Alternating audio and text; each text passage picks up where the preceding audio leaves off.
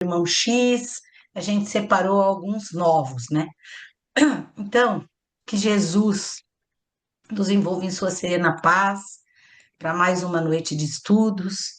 O mês de novembro ele é iniciado, como foi ontem, pelo Dia de Finados, e nos colocaram assim na cabeça muitas coisas, né?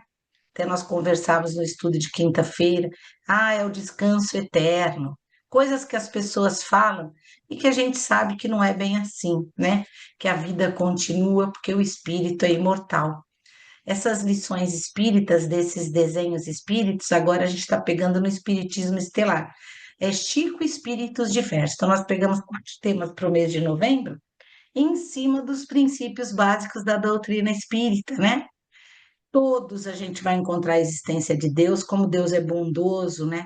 A existência e a sobrevivência do espírito, que é a imortalidade, né? Morreu, não acabou, a vida continua, né? A reencarnação. A semana que vem eu falo de compromissos iluminativos, que é a erraticidade, quando a gente morre, aonde a gente fica, a comunicação entre os espíritos e a pluralidade dos mundos, né, da existência dos mundos.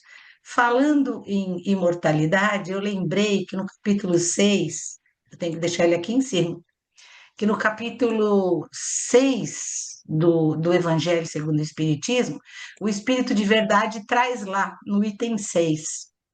Quando soar a hora e a trama da vida se vos escapar das mãos e vossos olhos se fecharem para a luz, sentireis que surge em vós e germina a minha semente preciosa. É a hora ali que a gente vai mais pensar em Deus. Nada fica perdido no reino do nosso Pai, e os vossos sores e misérias formam tesouro que vos tornará rico nas esferas superiores. Exatamente o que a gente viu no desenho.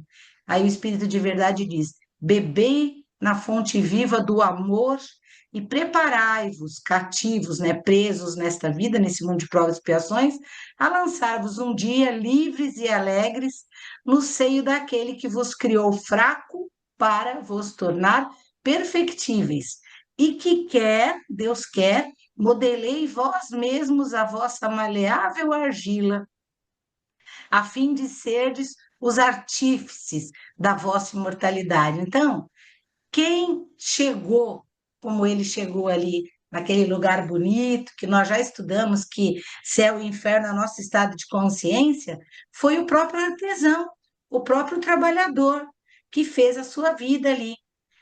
A gente falou de finados, de luto, das coisas que as pessoas nos espalham, né? Da tristeza, do preto, tudo relativo à morte mostra para a gente uma coisa ruim, uma coisa que denigre, não mostra que a vida continua. Eu até falei que a gente passou muito do umbral, né? Nos primeiros desenhinhos, eu e o Jorge. Eu falei, um dia eu vou mostrar o retorno de Simão Pedro para a gente não mostrar só um umbral, né? Mas esses lugares são os nossos estados de consciência. Por que tanto medo da morte, do luto, né? De falar, ai, morreu, descansou, vai ficar junto com o pai até o dia do juízo final? Porque as pessoas colocaram isso nas nossas cabeças, né?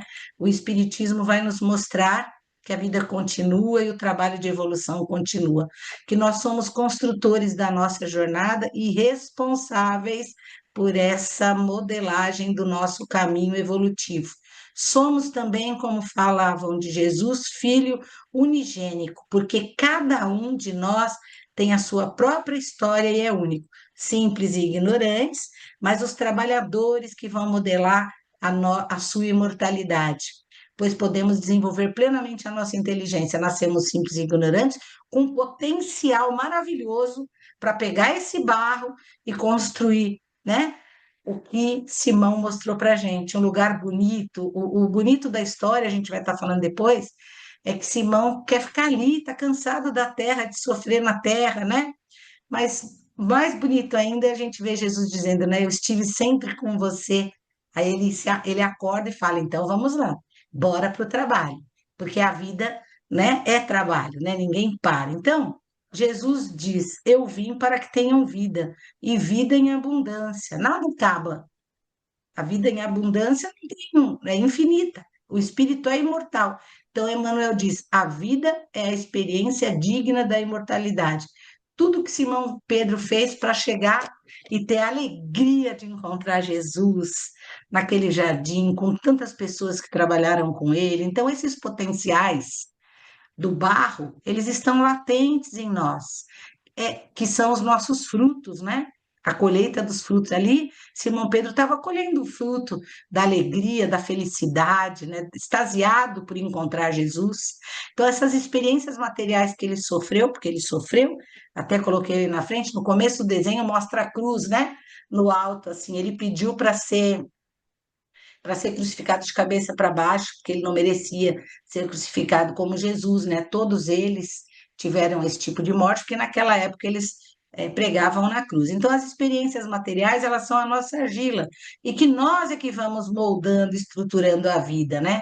A vida, ela faz o caminho evolutivo que vai te levar para a mortalidade. E aí está lá no Livro dos Espíritos, na questão 22A, o que é, que definição podeis dar da matéria? A matéria é o laço que prende o espírito. Então a gente já sabe. Corpo, perispírito e espírito. É um instrumento de que ele se serve e sobre o qual, ao mesmo tempo, exerce a ação do oleiro, que vai moldar aquela vida ali, né? Aí eu lembrei, aliás, nós pegamos alguns livros para falar, porque é sobre a vida além do corpo físico, né? Esse Falando a Terra, muito interessante, nós já usamos em outras. Ele traz um lembrete da irmã do espírito Teresa de Ávila, dizendo que o mundo é a cerâmica sublime em pleno cosmos, né? Então nós estamos inseridos ali no universo. A carne é o barro e o espírito é o oleiro. Então, eu preciso moldar esse vaso, né? Ele me é útil, mas ali, enquanto eu vou moldando, eu vou pondo as minhas virtudes, a minha individualidade, eu vou sendo uma pessoa justa, boa, uma pessoa raivosa, agressiva. Então, a carne é um instrumento. O mundo, essa cerâmica, que para a gente vai funcionar ali na construção de um vaso, que uma hora para mim é escola, outra hora é hospital, outra hora é prisão. Por isso, as provas e expiações. Aí Pedro diz: me deixa ficar aqui, né? Lá é tão difícil, né? Mas é nessa cerâmica, nesse mundo de cerâmica, que a gente vai construindo a nossa identidade para atingir aqueles vergéis, aqueles jardins, né? Então a carne é barro e nós vamos modelando esse espírito imortal. Aí eu peguei esse texto, porque ele é muito pequenininho, né? No lembrete do espírito Teresa de Ávila. Cada homem plasma seu destino de acordo com a própria vontade. Somos responsáveis pelo nosso destino. Quem fabrique ânforas para o vinho do Senhor, aqueles vasos de vinho, né? E há quem os modele em crateras para a cicuta do espírito, para o veneno do espírito. Então, eu coloquei aqui, que tipo de vaso nós estamos moldando? Os vasos da bondade, do amor, ou aí as crateras, né, do veneno do espírito, que é o ódio e o rancor. Aí ela fala assim: companheiro da terra, fase da existência um vaso sagrado, em que a divina bondade se manifeste. Na pobreza ou na abastança, que é a riqueza, na felicidade ou na desventura, que é a tristeza, não te esqueças de que a vida corpórea é divina argila em tuas mãos. Então ele não estava ali por acaso, né? Saiu ali de uma cruz ao avesso, como diz, e ele não estava ali por acaso. O barro da carne que foi construindo essa imortalidade. Quem quer estudar lá nos primeiros capítulos de Gênesis, a gente vê falando de Adão, da terra, do barro, né? Adão, como a gente sempre fala nas palestras, aquele ser que só pensava na matéria, era um ser vivente, isso é o barro. E o segundo Adão, Cristo, né, como espírito vivificante, lá num jardim lindo, maravilhoso também, como um vaso sagrado, pedir que Deus faça o que for melhor para cada um. Então, é do barro até a imortalidade, é um caminho e é uma construção de cada um, é uma construção pessoal. Então, a irmã lembra, tanto na riqueza como na pobreza, felicidade e infelicidade, nunca esqueça que é você que vai preparar a sua imortalidade, porque o corpo não morre, não acaba, a vida continua. Então, o desenho é de Chico Xavier e Maria Dolores, fala do regresso de Simão Pedro, está nesse livro Alma e Vida, e eu coloquei aqui embaixo para a gente não esquecer que Simão Pedro ele foi perseguido durante, né, o Império de Nero, e diz que possivelmente nos anos de 64, 67 depois de Cristo é que ele foi crucificado e ele pediu para ser de cabeça para baixo, em sinal da devoção dele a Jesus, né? Por isso que o desenho, que a inteligência artificial, ela faz a leitura de tudo que ela encontra disso. Então, ela fez uma cruz, né? Assim no teto. Então, ele estava encantado quando ele chega naquele lugar e a consciência dele mostra, mais encantado ainda de encontrar Jesus, né? E aí ele pede para ficar lá, que aquele lugar é tão calmo, tão bom, ele não quer ir. Mas qual é a resposta de Jesus? Quanto a mim, não posso repousar. Então, quando fala, ai, morreu, descansou eternamente, não é desse descanso, né? Que a gente está falando de ficar sem fazer nada até determinado dia. Existe trabalho, né? Aí Jesus diz: a construção do bem é o meu lugar, porque isso faz muito bem para as pessoas, né? Então, depois que desencarnam, olha lá, ouve, Simão, enquanto houver na terra um só gemido numa gota de pranto, enquanto houver um mundo, um coração caído, devo esforçar-me por permanecer no trabalho do amor, que é o meu dever. Então, ser esse olheiro leva a gente para os deveres que tem um homem de bem, que eu coloquei lá embaixo. Ele fala, mas Simão, descansa, né? Ver-nos-emos depois. Olha o que Jesus diz: nunca houve distância entre nós, enquanto estamos moldando a nossa imortalidade, o nosso vaso aí com a nossa argila, Jesus está do nosso lado o tempo inteiro, né? Então, olha que ele, e aí ele diz o quê? Vou com o Senhor, porque se o Senhor esteve comigo o tempo inteiro, não é agora que a gente vai se separar. Muito lindinha essa história, né? Que felicidade! Então, existe aí a existência do corpo, a imortalidade, e dentro das questões que falam da imortalidade, fala também da conservação da individualidade. Nós temos palestras que nós fizemos sobre a individualidade. Então, Simão Pedro, ele era corajoso, ele era líder, né? Então, fala aqui, ó, sua individualidade se manifestava na sua paixão, nessa transformação. Então, ele teve o lado pescador, foi líder da igreja primitiva, é lembrado pela ousadia de andar nas águas, lembram? Pela fé inabalável, mas também teve a fraqueza de negar Jesus, né? E a sua história é exemplo de como Deus usa as pessoas e as suas falhas aí no mundo de provas e expiações para propósitos extraordinários. Então, quando a gente morre, tudo que a gente construiu que fica salvo lá no HD, a nossa individualidade, pessoa boa ou ruim, permanece conosco. Essa era a individualidade do Simão. Ele teve pontos fortes e fracos, mas foi sempre muito apegado aos ensinamentos do mestre, né? Seguiu ali, exemplo de reforma íntima, né?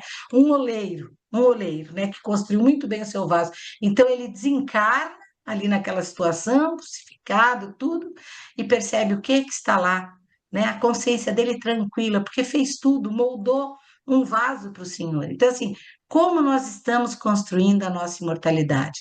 Ainda é um medo e um terror da vida?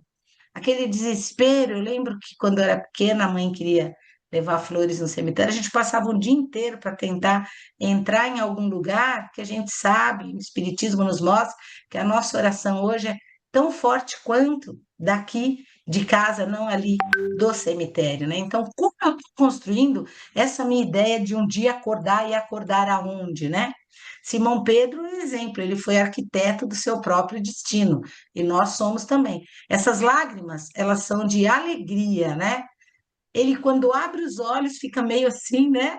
Naquela condição que nós temos de pensar: meu Deus, vou morrer, vou para o céu ou vou para o inferno. Um tema muito importante que o Espiritismo nos trouxe, uma visão totalmente diferente do que implantaram na nossa cabeça sobre salvação e céu. Por muitos séculos e ainda hoje, para muitas pessoas, a salvação se resume a uma mudança formal. Ah, eu vou morrer, eu estou aguardando se é céu ou se é inferno, né? Sempre pensando no aspecto exterior. É um passaporte da comunhão com Deus. Tem aquele favoritismo de quem adota um rótulo religioso. Se está na igreja, vai à missa e toma a sua hóstia lá, a sua comunhão, vai para o céu. É isso, é a garantia de céu e salvação. Mas o Espiritismo descortinou um pouco isso e nos trouxe um novo entendimento do que é céu e inferno, né? ele fala de salvação e céu, que o céu não é um lugar em especial, é o estado de consciência que vive em nós. Nós construímos esse vaso, né? E a salvação, muito mais do que o privilégio de acordar num jardim, numa praia afrodisíaca, é um processo de construção pessoal e de parceria com Deus. Então, Simão Pedro, aquele céu representa que a inteligência artificial também tem a concepção de que o céu é um jardim, né? Ele estava em paz, né? Vai muito além desse jardim que a IA criou, né? É a sensação de estar na natureza, que é uma criação de Deus também. Reencontros com as pessoas queridas que estão nos esperando, aquelas músicas que mostram harmonia, né? Lágrimas de alegria, de descanso, cumpri o meu papel, o meu vaso foi muito bem construído, né? Então, renova-se no Espiritismo esse conceito de salvação, porque o Criador, Deus, nos dá todos os recursos, envia os mensageiros para nos instruir e amparar. Lembra da história do Jorge? Chico preocupado, o que eu vou dar para essas crianças? Um vento bateu, a vizinha saiu. O que é isso? São os mensageiros a nos auxiliar. E a partir do nosso esforço ali, colocando a mão no barro, né, a mão na massa, que a gente vai encontrar, que nós encontraremos a salvação e o céu, né, no íntimo da nossa consciência. Então, esse processo é gradual de construção pessoal. É sim a escada de Jacó, aquela que a gente vai construindo, melhorando, melhorando, né? Cada vez mais. Salvação demanda a nossa participação, o nosso envolvimento, o aproveitamento de tudo que Deus nos fornece nesta vida, neste planeta Terra, para a gente progredir. Paulo de Tarso, em Filipenses 2, né, 12, está lá, operai a vossa salvação. O que é operar a minha salvação? Então, no livro Segue-me, ele está trazendo essa lição, operai a vossa salvação. Está lá em Filipenses. Eu peguei só o que era operar a vossa salvação. Significa agir, é você o responsável. Efetuar, executar. O apóstolo induz-nos a refletir sobre o imperativo do próprio esforço na elevação espiritual, como a dizer-nos que o Criador não dispensa a cooperação do homem nas edificações da vida, todos operando, trabalhando para o bem. E lá no Livro dos Espíritos, da questão 114 a 127, ele vai falar dessa progressão, né? Peguei essa. Os espíritos são bons ou maus por natureza, ou são eles mesmos que procuram melhorar-se? Os espíritos mesmos se melhoram. Depende da gente. É o que falou aqui, ó. Significa agir, efetuar, melhorando-se, eles vão crescendo de uma ordem para outra, né? Uns espíritos foram criados bons e outros maus. Deus criou todos simples e ignorantes e com todos os potenciais. Nós somos blocos brutos, né? Obra a ser realizada. Então, todos nós adquirimos o conhecimento passando por essas provações. Porque a gente fala, olha, está passando por isso, tenha fé, Deus vai te ajudar, né? Então, quem aceita, ó, uns aceitam essas provas com submissão e chegam mais prontamente ao seu destino. Outros não conseguem sofrê-la sem lamentação. Ai, porque essa doença, eu não fiz nada para merecer isso, né? E assim permanecem por sua culpa, distanciados da perfeição e da felicidade prometida. Não é? Isso é uma verdade. Então, as lágrimas de alegria é porque ele na massa, a gente conhece toda a história dele, né? Em cima da construção das igrejas, levando a palavra de Jesus, individualidade forte, conquistou os vergéis, como ele diz, né? Que chegou lá na salvação e no céu.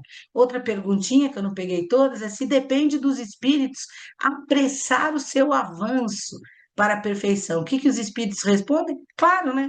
Certamente. Eles chegam mais ou menos rapidamente segundo o seu desejo e a sua submissão à vontade de Deus. Então, se eu sigo o evangelho, que hoje está ali desenhadinho, né? Porque na época de Pedro ele teve que construir tudo isso, né? Ele fala assim: uma criança dócil não se instrui mais depressa que uma rebelde. Então, está lá na pergunta 117. Somos nós os oleiros, como diz a irmã Teresa de Ávila.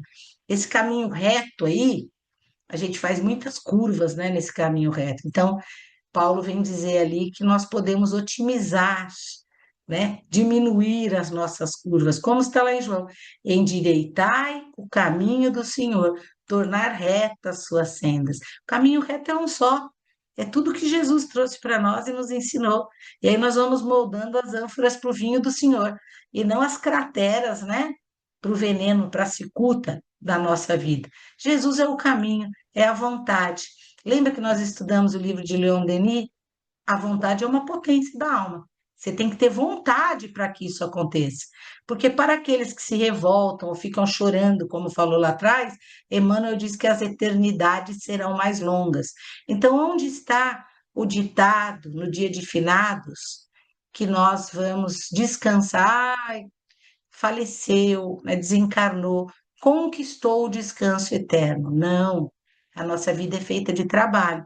O que não deu aqui, dará lá. Nós somos responsáveis pela nossa eternidade. Um minuto, hein, gente? Vai cair. Outra que eu peguei, achei interessante, é a 119. Deus pode livrar os espíritos das provas que devem sofrer para chegar lá na ordem dos espíritos puros, como Jesus, né? Se eles tivessem sido criados perfeitos, não teriam merecimento para gozar dos benefícios dessa criação. Onde estaria o mérito sem luta? Então, a gente está num mundo de provas e expiações, e a gente sabe quanta luta a gente tem aqui, né? E aí a gente aprende a lidar com tudo isso para ter essa evolução. E a gente vai falar até de um dos princípios do Espiritismo, que é a pluralidade das existências. A gente sabe que está no mundo de. Então, Deus pode livrar os espíritos das provas, né? Para que eles cheguem mais rápido a um mundo de planeta puro. Se eles tivessem sido criados perfeitos, não teriam, né, que passar por tudo isso. Então, a gente sabe que está no mundo de provas e expiações, com muito, lembrei, sangue, suor e lágrimas, né? A Simara dizia que a gente tem 10% de inspiração e 90% de transpiração. Tanto sangue, suores, lágrimas, como as inspirações e transpirações da vida são conquistas internas de cada um. Ninguém conquista os vergéis exteriores como Simão Pedro, se não tiver passado por tudo isso, né? A gente vê que no desenho já mostra até a cruz lá, que ele foi, era uma época difícil, né? Eram perseguidos, né? Crucificados. Mas ele chega naquele celeste abrigo, aquela paz de consciência, né? Tudo valeu a pena, não é verdade? Encontrar Cristo. Nossa, quanta coisa boa. Alegria, então, Simão mostra ali para gente a alegria de quem venceu a si mesmo e conquistou a perfeição. É como se ele tivesse renascido, né? Estamos num mundo de provações. Simão nos ensina com essa mensagem, essa espera. O que nos espera, né? Quanto mais a gente alargar os nossos horizontes, o entendimento do Evangelho, colocando a mão na massa, no trabalho da caridade, da bondade, mais a gente se aproxima da nossa evolução. A imortalidade, ela é progresso. Nós somos os trabalhadores do nosso próprio futuro. Não há descanso eterno, né? Há um trabalho. Até comentei com os meninos que Entre os Dois Mundos, eu gosto muito da coleção do André Luiz, mesmo assim difícil para ler alguns pontos, né? A gente entende as histórias são muito importantes, e ali a gente vê que até os irmãos que já estão em mundo de regeneração, vem trabalhar na Terra e tem uma semana para fazer os seus cursos, para fazer. Então, assim, a gente escuta a gente dizendo assim: nossa, eu pensei que eu ia morrer e descansar, vou ter que trabalhar. É um outro tipo de trabalho. É uma outra situação. Por quê? Porque você está evoluindo. É como quando você termina o colegial e vai para a faculdade, você vai todo feliz fazer aquele curso, né? Então, a imortalidade nos proporciona tudo isso, porque nós estivemos aqui. E aí, falando de luto e tudo mais, Santo Agostinho tem uma frase que ele diz que as pessoas falam: ah, o futuro, né, é incerto, não tem essa frase?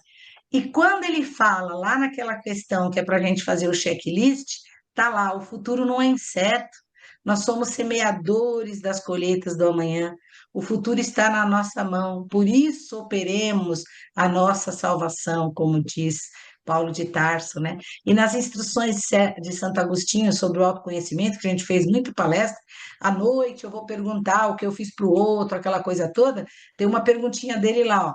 Se aprovasse a Deus chamar-me neste momento, teria que temer o olhar de alguém ao entrar de novo no mundo dos espíritos, onde nada pode ser ocultado? E aí? A gente tem alguma coisa? Porque se a gente tem, está na hora de examinar o que puder ter feito, né, contra Deus, contra você, o seu próximo. Ah, e essa resposta, sim, hoje de manhã eu tratei mal fulano de tal, então eu vou melhorar, não quero mais fazer isso. E essa resposta é o BAU que você está modelando ali para a busca da sua imortalidade futura. Dá para você curar este mal, né? Então, o futuro não é incerto, ele é certo, né? O futuro só assusta quem não se prepara. Falar de morte é um caos para quem não buscou conhecimento, para quem não se preparou. Tem a tristeza, tem a separação, somos humanos, estamos num local que a gente não quer, né? Todo esse tipo de tristeza, mas assim, a pessoa fica doente, tem uma doença grave, meu Deus, que desespero! Aquilo para o corpo já é um detox negativo, né? Porque se eu tenho o evangelho, se eu penso em Deus, se eu sei que a espiritualidade está me dando força, eu vou enfrentar isso com um poder, é a construção da minha imortalidade, né? Então, o luto nos traz assim muitas coisas que foram impostas à nossa cabeça: medo, pavor, o preto, tudo o que assusta foi o que a Igreja Católica, por mil e tantos anos, antes da gente conhecer a doutrina espírita, nos passou, né? Então, eu falei que para construir a imortalidade, para que esse vaso seja um vaso de colocar vinho para o Senhor e não uma cratera, Jesus falou, né? Sede perfeitos como o vosso Pai Celestial é perfeito. Aí a gente pensa assim: ah, como é que eu vou ser perfeito igual Deus, meu Pai do céu? Isso é um estímulo para a nossa caminhada, porque cada vez que a gente vai estudando e progredindo, a gente enxerga Deus com outros olhos. Eu paro de pensar nesse terror da morte, nos dias de finado, como algo que eu preciso levar, né? Algumas culturas, até comida ali no cemitério. Eu tenho que ter esse olhar de ir, tenho esse medo, desse pavor da morte. Quanto mais eu estudo, mais eu me afasto desses pavores, né? Crescemos e cresce ainda mais a compreensão do nosso dever. Porque para ser perfeito, a gente tem um dever de usar Deus sempre como referência, de caminhar sempre na linha ali do que o Evangelho nos trouxe. E assim, como, né? Como ser perfeito? Está lá no capítulo 17. E eu escolhi esse para falar um pouquinho da construção desse vaso ao longo da vida, pensando na imortalidade, né? No Sede Perfeitos, lá nas instruções dos Espíritos, eles trazem 5 itens. O primeiro é o dever. Ele fala assim, o espírito de verdade: quero aqui falar apenas do dever moral e não do dever que as profissões impõem, esse dever da gente trabalhar na vida material, do dever moral. Qual é o meu dever moral? É um dever que eu tenho para comigo, para a gente, né? Para consigo, para com o outro e para com Deus. Este é o dever. Depois vocês voltem lá para ler o capítulo todo. No livro Pensamento e Vida, ele está falando ali o que é dever, ó, que pode simbolizar o dever como sendo a faixa da ação no bem. Então, para construir esse vaso de barro, eu estou construindo ele ali com muito amor, caridade ou com ódio, como colocou lá a irmã Teresa de Ávila, né? Então, a ação no bem, que o Senhor Supremo nos traz a realidade. A gente tem o Evangelho, a gente tem que se esforçar e criar o hábito. Aquilo que a gente falou outro dia, não sabe dar bom dia para os outros, se esforce e fala bom dia todo dia até se transformar em hábito. Isso é um dever. Espontaneidade que nasce da disciplina, lembra de Emmanuel? Disciplina, disciplina, disciplina, no cumprimento dos nossos deveres e que demanda vontade, força de vontade. Então ele fala do dever, e a gente sabe que o dever é o quê? É a prática do bem. Depois, a segunda virtude que nos seres perfeitos os espíritos trazem é o autoaprimoramento, que a virtude, todas aquelas, eu vou ler algumas, é o resultado da nossa experiência de vida, quando a gente constrói esse vasinho aí. A virtude, no mais alto grau, é o conjunto de todas as qualidades essenciais de um homem de bem. A gente está no capítulo de um homem de bem. O oleiro daquele vaso tem que ser um homem de bem, né? Então, ó, ser bom, caritativo, laborioso, sóbrio, modesto são qualidades do homem virtuoso. Esse é o segundo, virtude. O terceiro item que eles vão falar lá, que o Espírito de Verdade vai falar, é o item os superiores e os inferiores. Então, eles falam que na circunstância da vida, a gente vai ter abundância e carência, a gente vai ser pobre e rico, vai ter saúde e doença, vai ter um corpo bonito e vai se estranhar com a ausência da beleza. São muitas lições e experiências, né, que nos trazem aprendizado. Prova da carência que ensina resignação, e Simão Pedro, naquele desenho, foi exemplo para todos nós, né? Olha o que Paulo fala em Filipenses: sei o que é passar necessidade, sei o que é ter fartura. Aprendi o segredo de viver contente. Então, é uma vida. É uma construção de um vaso, de uma vida, onde nós somos os oleiros, e quando a dor de cabeça vem, a dor de barriga vem, a gente tem que aprender na tristeza e na alegria que nós estamos construindo o quê? A nossa imortalidade. O abrir dos nossos olhos, como a historinha de Simão Pedro, que realmente é um exemplo para a gente. Então, a sabedoria, para entender, passar pela riqueza, pela pobreza e tudo aquilo que a gente falou, é um aprendizado, aprendizado para a vida, né? Lá no Pão Nosso, eu lembrei, tem lá um texto que fala de êxitos e insucessos, né? Peguei só um item. O êxito e insucesso são duas taças, né? Aquilo, a construção do nosso vaso para pôr vinho do Senhor ou cratera de cicuta, né? São duas taças aguardando elementos que, contudo, se adaptam às mesmas finalidades. A ignorância humana, os dois se adaptam às finalidades de crescimento, né? Mas na ignorância humana, encontra no primeiro, no êxito, licor da embriaguez, e na segunda, identifica como o fel da desesperação. Então, só queremos o êxito, não sabemos trabalhar com as duas pontes. E ele está falando aí que o homem de bem, ele tem que passar pelos dois para aprender. Nisso reside o erro profundo, porque o sábio extrairá da alegria e da dor, da fartura ou da escassez, o conteúdo divino. Muito bom. Então, Simão Pedro negou Jesus, ó. Conhece? Não, não, não conheço. Insucesso. E depois ele chega lá na frente, mas ele reconheceu, enquanto ele construiu o vaso dele, teve remorsos, conversou com Jesus e tocou adiante a vida dele, mesmo diante de um insucesso. Então, esse irmão é exemplo realmente para todos nós, né? Tanto a vida como a morte tem conteúdo divino, porque ela não acaba, né? Ela é a continuidade do nosso aprendizado. Quarto item, ele fala lá, ó, do homem no mundo. São 6 itens do dever do homem de bem. Então, até a provas e expiações, nós vamos nos sobrepondo e vencendo a nós mesmos nessas provações, como um rio vai para o mar. Coisas boas, coisas ruins, mas ele vai desaguar no mar, né? Restrições na vida material e limitações e aflições sempre vão trabalhar a nossa inteligência quando a gente pensa que somos formados de êxitos e insucessos para o nosso crescimento evolutivo e para a construção da nossa vida depois desse corpo. Convivemos com seres diversos, então o homem no mundo, espíritos em diversas etapas de evolução. Então, aqui a gente vê que a lei de sociedade ela é fundamental. Não adianta a gente se esconder. É um dever a nossa vida social. É a pedra de toque dos vícios e das virtudes, porque eu passo a me relacionar com o outro, eu entendo o outro. Jesus disse amar a Deus sobre todas as coisas e ao homem como a si mesmo. Então, a convivência humana, ela é muito difícil, né? Vocês viram o próprio Pedro dizer, não quero voltar, lá é tudo muito difícil, as pessoas são muito difíceis, são difíceis, porém, são necessárias para a nossa evolução.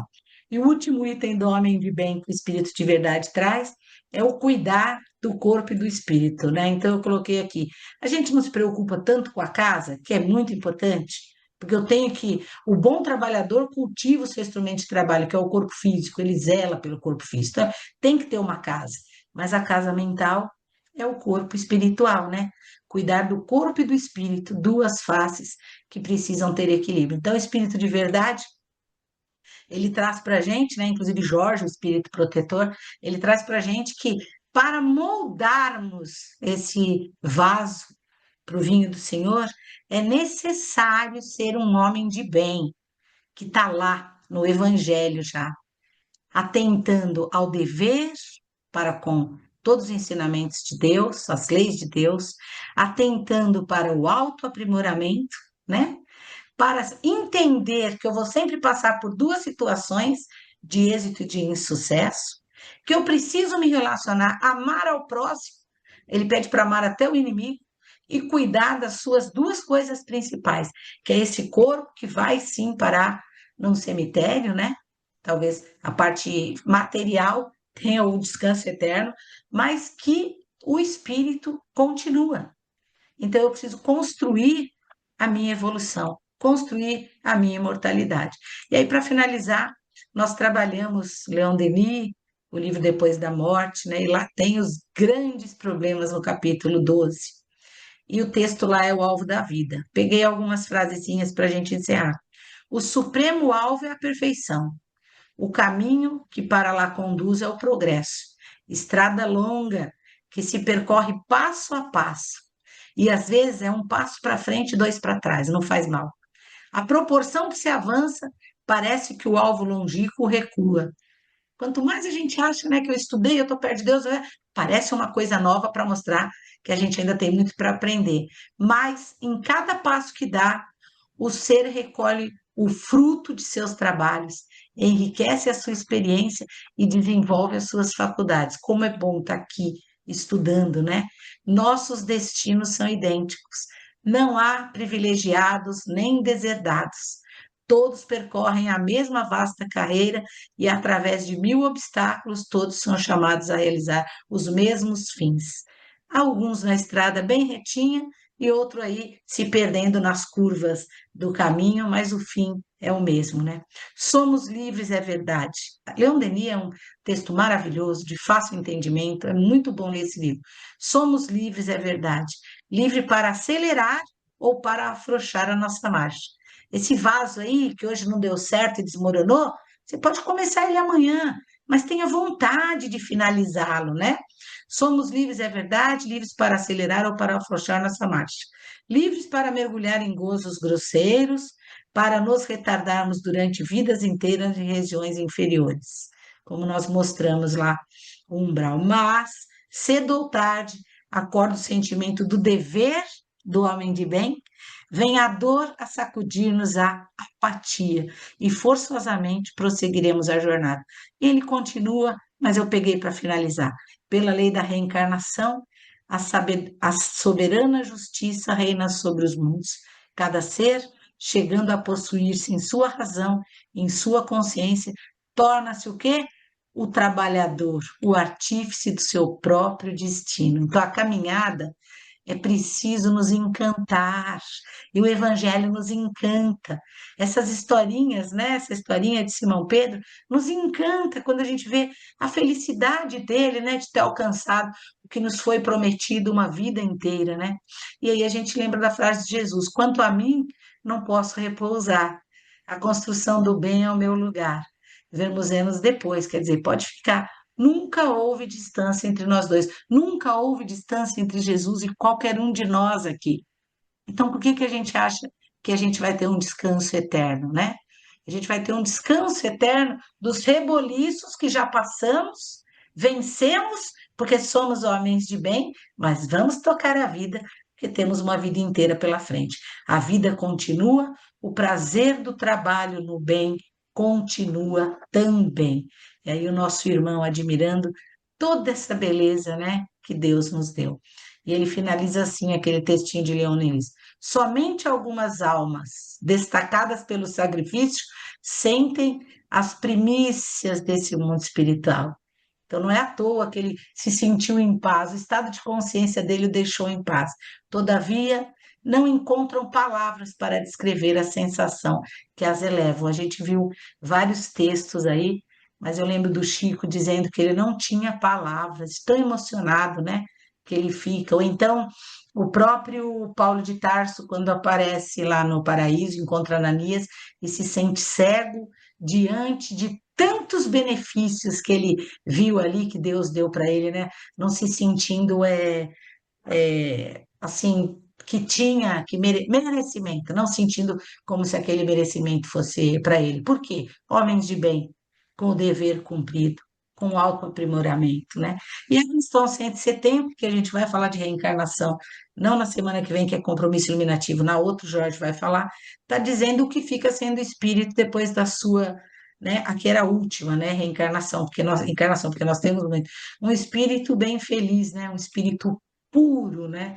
E aí eu lembrei que a gente comentou na quinta-feira do descanso eterno, a frase, e aí eu achei lá, eu fui procurar o descanso eterno, estava lá, descanso eterno era a funerária. Então, realmente, o corpo, ele vai aí para a funerária do descanso eterno, mas o espírito é imortal, ele continua. E outra coisa para falar é que quando a gente tem essa visão de que os nossos entes queridos que partiram continuam trabalhando, e a gente, se Deus quiser, um dia vai poder encontrar, traz um consolo, traz um acalanto, né? Até uma das nossas palestras tem uma psicografia de um filho que desencarnou, então isso traz a gente vê Deus como o Senhor é bom na sua infinita bondade, nada acaba, nada tem fim, não é verdade? O espírito é imortal. Então é isso que a gente tinha para falar hoje sobre o tema imortalidade e que assim seja, graças a Deus. Semana que vem a gente vai falar assim, pronto, terminou com o corpo, vamos ver quando o espírito chega, aonde ele chega e o que ele faz lá, tá bom? Que é o compromisso iluminativo na erraticidade.